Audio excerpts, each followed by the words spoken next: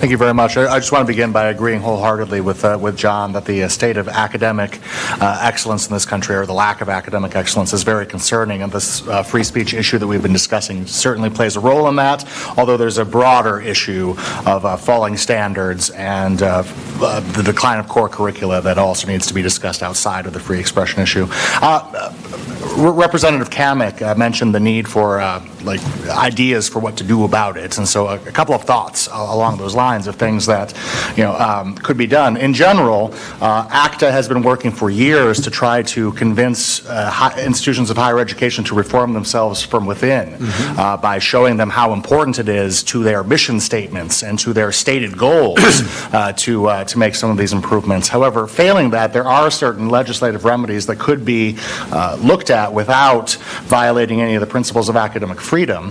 One thing that we could think about, and this I think speaks to some of the malfeasance on behalf of administrators that we've heard of again and again today, is that many of these administrators are protected by qualified immunity standards under the law, so that they're able to violate the rights of students and to cause tremendous amounts of heartache and sometimes reputational damage lasting into the future without being themselves personally liable for any of the things that they do, particularly if they're at public institutions.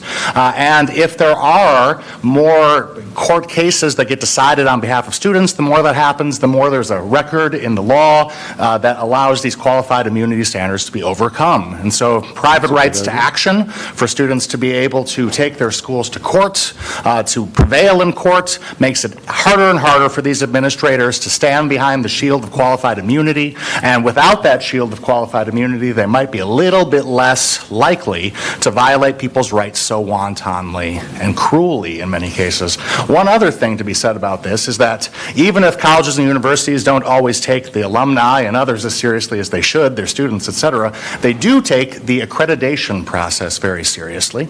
And under 20 U.S. Code Section 1099B, there's a lovely list of 10 things that colleges and universities need to show in order to become accredited. It'd be simple to add a appropriate free speech environment to that list of accreditable things, such that schools could no longer receive the accreditation they need to be institutions of higher education without showing that they have an appropriate free expression environment on campus. So there are things that can be done to reset the table, to create incentives for colleges and universities to once again perform the functions that they were designed to perform for our country.